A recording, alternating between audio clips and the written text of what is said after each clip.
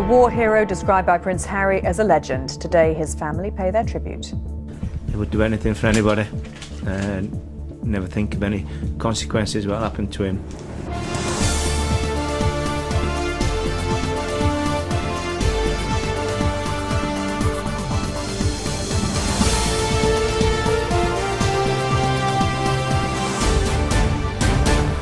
This is the ITV News with Katie Derham. It's been reported that Corporal Liam Riley died trying to save another soldier. His family said that was typical of the kind of person he was. Also this lunchtime, could one of the armed services disappear? The Defence Chief admits a merger is possible. More costly than cancer and with a fraction of the research cash. The new shocking truth about dementia. And life as a publicity stunt? The new husband. That's the latest episode in the Katie Price saga. Good afternoon. Prince Harry called him a legend. Today, the family of Corporal Liam Riley had the chance to pay their own tribute to the man they knew as a son and brother. We've known he was a legend for 21 years, they said. Corporal Riley was killed in an explosion in Helmand on Monday, reportedly trying to save another soldier. His parents said that would have been typical of him. Sally Biddulph has been listening to their tributes. Cheeky face, funny, and just he'd always got a cheeky face, and he was just so funny and lovable. A mother remembers her son. Just 21 when he died, Corporal Liam Riley had only been in Afghanistan for 4 weeks. He'd wanted to be a soldier ever since he was a little boy. You ask him, 8, 9, 10-year-old, what are you going to do when you grow up, Liam? Going in the army. I'm going to be a soldier. That's all he ever wanted to do. Corporal Riley was killed in a roadside blast on Monday in Malgir. It's thought he was returning fire while colleagues tried to help another member of the team. That is Liam. He would do anything for anybody and never think of any consequences what happened to him. Always stuck by his brother, always stand by anybody. Among those paying tribute to Liam is Prince Harry. The two soldiers met at a British military base in Canada while training for Afghanistan. Prince Harry said he was a legend, a really special man who got us all going and heading in the right direction. It was a privilege to have worked alongside him. We'd like to say thank you to Prince Harry for his kind words, but we don't need anybody to tell us about Liam. As a legend, we've known it for 21 years. He just backs up what we've always thought for 21 years. We've had a legend on his hands all his life, haven't we? Corporal Riley wasn't the only soldier to die on Monday. He was killed alongside Lance Corporal Graham Shaw in the same roadside blast. In a statement, his family said he was proud to be a member of the British Army like his father before him. He knew the danger that he was to face while serving in Afghanistan. He lost his life doing the job he liked and enjoyed. We are all very proud of our hero. Lance Corporal Shaw was killed the day after his 27th birthday. Two families are now united in grief, clinging to the memory of their dear sons and brothers. He'll never leave us. We've too many good memories of him, ever for him to leave us. The mother of Corporal Liam Riley speaking today. Well, in the last hour, the government's long-awaited Defence Green Paper has been published, and the Chief of the Defence Staff, Sir Jock Stirrup, says it raises the possibility that not all three services could survive in 10 years' time. With the MOD facing a huge financial overhaul after the election, the Defence Secretary Bob Ainsworth says everything is up for discussion. Well, let's go straight over to our senior political correspondent, Chris Shipp, who's at the Ministry of Defence. Chris, could one of the three services actually go?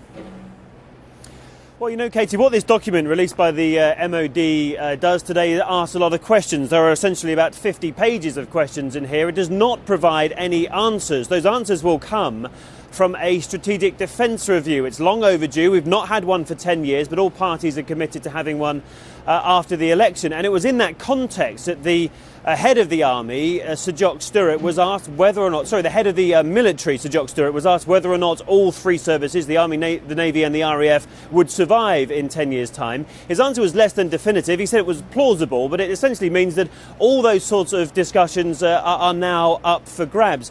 And I think Sir Jock Stirrup was referring to the fact that really the best way to organise this place is in terms of the environment, in terms of the air, the land and the sea, but in terms of the future, no one's got a crystal ball. So the issue is ensuring that when you break down your very large organisation into smaller, more manageable bits, that you avoid duplication, overlap and inefficiency. But it has to be broken down some way, and the way that everybody does it essentially is to break it down by environment. So, Chris, what else is up for discussion? Well, pretty much everything. The only two things we know will go ahead is the renewal of the nuclear deterrent Trident, because they want to take that out of this whole discussion and plough ahead with that. And also in terms of the aircraft carriers, the orders for the two new huge aircraft carriers will go ahead, according to the Defence Secretary. He said they're still cutting the steel on those, and to pull out would be very costly, and presumably it would also cost a lot of jobs in some marginal constituencies. The aircraft carriers are already partly built. We're cutting the steel. We committed to them a couple of years ago. I can't foresee, unless there's a pretty radical departure from, things as they probably are going to be, that the aircraft carriers are not going to be needed.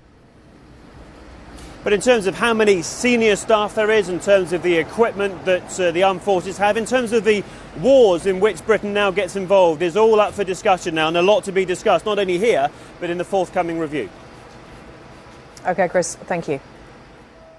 Well, Gordon Brown has angrily denied claims today that British troops were sent to Iraq and Afghanistan without the proper equipment. In a heated exchange in the Commons, the Conservative leader David Cameron accused Mr Brown of ignoring the welfare of the armed forces.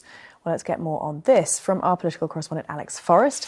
Alex, it's a very heated exchange, wasn't it? Extremely heated, and something that Gordon Brown really didn't want to be drawn into in particular. He was accused by David Cameron of not providing enough equipment for troops in both Iraq and Afghanistan, and of effectively guillotining any budget over that. Now, this is because of what came out in the Chilcot inquiry into the Iraq war this morning. It was by a former civil servant at the MOD, Sir Kevin Tebbit, who seemed to make claims that Gordon Brown had indeed guillotined the budget over this, and that is something that David Cameron picked up on today, and it made Gordon Brown extremely angry, because he said that in fact defence spending had increased in real terms over a number of years. Not only did we prepare the Army and Navy and Air Forces with proper funding, but we also funded every urgent operational requirement that was made. And I do not believe it is in the interests of this House to tell people that when funding was provided, that they were not properly equipped. David Cameron, what the Prime Minister has just said is completely at odds with what witness after witness has said to the Chiltern inquiry. Now, of course, he wasn't there. David Cameron wasn't there just referring to what Sir Kevin Tebbit said, but also what other witnesses have said over the past few weeks, including Jeff Hoon, the former Defence Secretary, who seemed to claim that there weren't enough helicopters that had been in Iraq and other equipment like that. Well, of course, Gordon Brown will be appearing before the Chilcot inquiry. It's now going to be before the election. He didn't think it was going to be until after that, and this certainly will provide more ammunition for them as to whether he really did provide enough money for those wars in both Iraq and, of course, in Afghanistan. OK, Alex, thank you very much indeed.